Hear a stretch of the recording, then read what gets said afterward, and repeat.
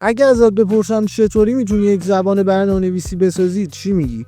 امروز تو این ویدیو قراره با هم یک زبان برنامه‌نویسی جدید بسازیم به اسم چوبینگ، یه زبانی که خودمون از صفر خلقش کردیم و باهاش کد می‌نویسیم. فکر کردی ساختن زبان برنامه‌نویسی فقط کار گوگل و مایکروسافته؟ قطعاً نه. تو هم میتونی، فقط باید بدونی چطوری شروع کنی. این ویدیو دقیقاً همون چیزیه که دنبالش بودی.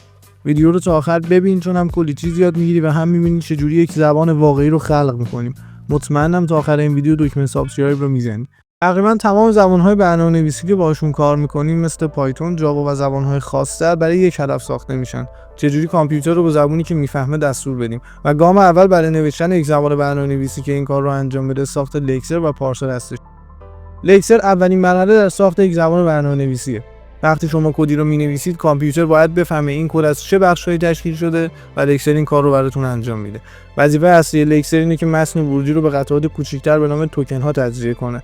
توکن‌ها بخش‌های معنادار کد هستن، مثل کلمات کلیدی، متغیرها، عملگرها و حتی اعداد و رشته‌ها. برای مثال، اگر شما این کد رو بنویسید، لکسر این کد رو به این توکن‌ها تبدیل می‌کنه. هر توکن یه بخش مجزاست که بعداً در مراحل بعدی پردازش میشه. لکسر از قوانین مشخصی برای تشخیص توکن‌ها استفاده می‌کنه. این قوانین رو ما توی کد تعریف کردیم، مثل هر چیزی که داخل دابل کوتیشن باشه یک رشته حساب میشه.